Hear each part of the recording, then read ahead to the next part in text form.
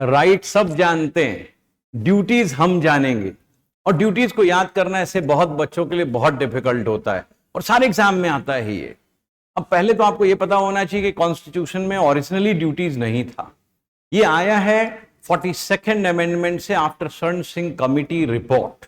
यानी स्वर्ण सिंह कमेटी ने कहा कि होना चाहिए, तो 42nd अमेंडमेंट 1976 से ये पार्ट 4 जोड़ा गया संविधान में, in constitution. Now you may ask me A question कि राइट्स पार्ट 3 में तो ड्यूटीज पार्ट 4 में क्यों आया? तो आपको पता होना चाहिए कि राइट्स इनफोर्सेबल होते हैं but this duties are not enforceable, and DPSP non enforceable rights हैं। तो नॉन इनफोर्सेबल राइट्स के साथ ये नॉन इनफोर्सेबल ड्यूटीज रखी गई है। ध्यान रखिएगा इस बात का, बहुत सारे लोग ध्यान नहीं रख पाते। अब देखिए ओरिजिनली इसमें 10 ही ड्यूटीज थी।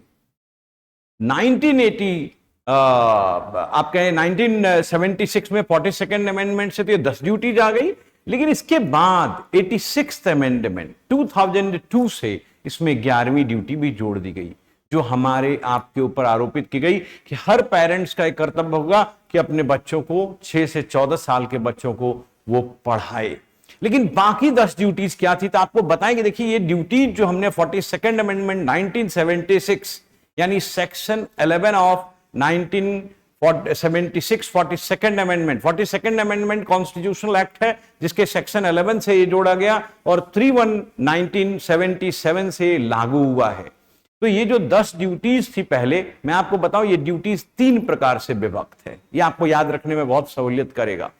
पहला नेशन के प्रति, दूसरा सोसाइटी के प्रति, और तीसरा अपने प्रति, इंडिविजुअल के प्रति। तो देखो राष्ट्र के प्रति आपकी ड्यूटी क्या क्या है, तो बहुत आसान है। कॉन्स्टिट्यूशन देख पा रहे हैं आप कॉन्स्टिट्यूशन देख रहे हैं, आप कॉन्स्टिट्यूशन देख रहे हैं, कॉन्स्टिट्यूशन आ गया ये constitution, respect it's ideals and institution. आप बस कॉन्स्टिट्यूशन ध्यान करो, नेशनल एंथम, नेशनल फ्लैग, बहुत आसान है याद करना।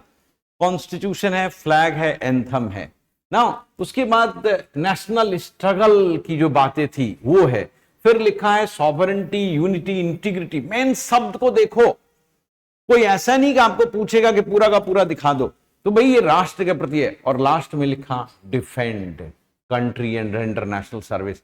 तो डिफेंस की बात, अपहोल्डिंग सॉवरेंटी, यूनिटी, इंटीग्रिटी की बात, और cherish and follow the ideals which inspired national struggle, और कॉन्स्टिट्यूशन उसके फ्लैग और उसके एंथम को। तो ये 4 जो है राष्ट्र के प्रति है।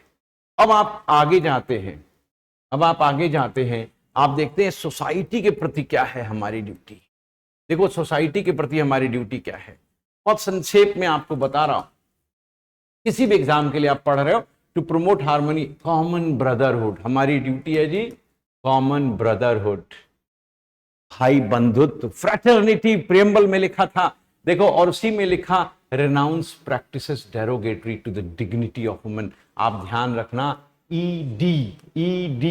ई में ये derogatory to the dignity of women. तो 4 पहले राष्ट्र के प्रति, अब समाज के प्रति। फिर लिखा rich heritage of our composite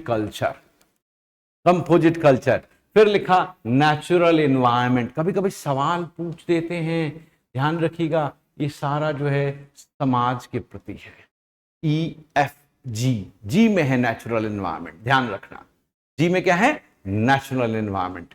और देखो अब आ गए इंडिविजुअल के प्रति, अब अपने प्रति, HIJ, ये जो आपने लिखा, H में लिखा आपने to develop scientific temper, humanism and spirit of inquiry. Now जो बहुत सारे हमारे नाउ स्टेट्समैन, विद्वान लोग कहते रहते हैं बार बार, साइंटिफिक टेम्पर डेवलप करो। लॉ के स्टूडेंट को तो आना ही आना चाहिए। To safeguard public property and abjure, बहुत बड़ा कारण था ये लाने का। Just now after 1975, in 1976 it came because there was huge protest at that time. Now strive excellence in all spheres of individual and collective activity, and last but not the least, duty of parent and guardian towards their children, तो आप ऐसे ध्यान रखेंगे, पहले 4 राष्ट्र के प्रति, अगले 3 सोसाइटी के प्रति, और फिर अगला जो है ये देख रहे हो आप 4 आपका अपने प्रति इंडिविजुअल, एंड लास्ट में पेरेंट की ड्यूटी चिल्ड्रन के प्रति। मैंने आपको बताया 42nd अमेंडमेंट 1976 से सेक्शन 11 से ये आया है, और बाद में 86th अमेंडमेंट 2002 से इसमें हमने लास्ट ड्यूटी 11th ड्यूटी जोड़ी है, जो कि आपको पता होना चाहिए 4 अप्रैल 2010 को लागू हुआ। इस तरह से अब कुल ड्यूटीज की संख्या 11 है, जिसमें मैंने बताया 4 राष्ट्र के प्रति, 3 समाज के प्रति, फिर 3 अपने प्रति, और फिर लास्ट में मैंने बताया गार्जियंस और पेरेंट्स की बच्चों के प्रति। It may help you to memorize things better. I will come again and I will share again my idea on fundamental duties and other articles of Constitution. Is this clear? Do watch us on Ambition Law Institute YouTube channel and join us on YouTube channel. All right. Thank you very much.